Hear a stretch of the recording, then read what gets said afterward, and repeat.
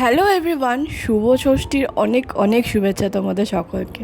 তো এখন আমি যাচ্ছি আবার ঠাকুর দেখতে। তো আজকে আমাকে কেমন লাগছে অবশ্যই কমেন্টে জানিও।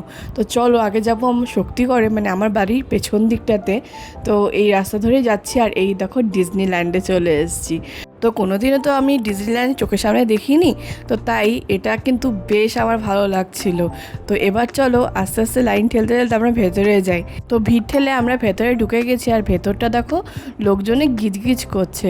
অবশ্য পুজো কাটালের দিন যদি লোক নাই থাকে প্যান্ডেলে, তা সেই মজাটাই কি পুজো দেখার, তাই কি না? তো এবার চলো, এখানে পুজো দেখা হয়ে গেছে, এবার আমরা এখান থেকে বেরিয়ে যাচ্ছি। তো দেখো কত স্টল বসেছে।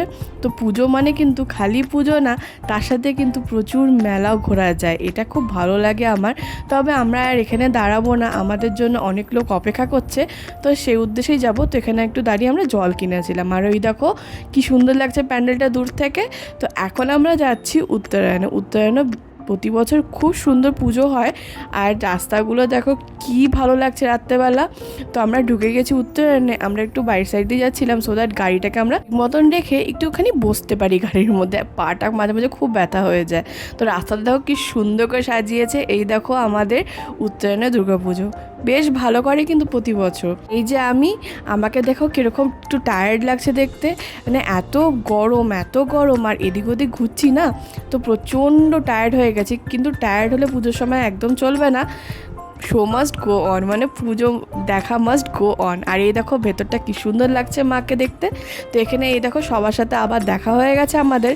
এবার আমরা এখানে পিৎজা খাচ্ছিলাম, কারণ কি খুব খিদে পেয়েছিল, আমরা খুব একটা কিছু খেয়ে বেরোতে পারিনি, দেরি হয়ে গেছিলো বলে।